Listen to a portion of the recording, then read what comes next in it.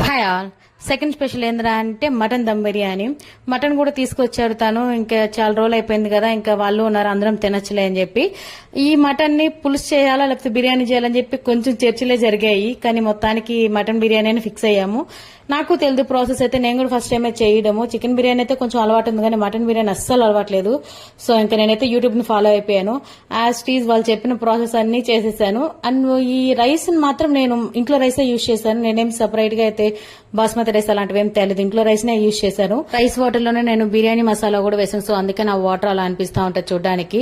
And ఇంకా mutton అంతా ఒక లేయర్ లోకే వేసేసాను. ఒక 3 లేయర్స్ వచ్చింది రైస్ అంతా కూడా. ఇంకా దానిపైన కొంచెం కొత్తిమీర. ఆ గ్రేవీ మాత్రం నేను మటన్ ఉడికేటప్పుడు కొంచెం తీసి పెట్టాను పక్కకి. అండ్ ఫుడ్ కలర్ కూడా వేసుకున్నాను. అండ్ కొంచెం నెయ్యి వేసుకునేసాను.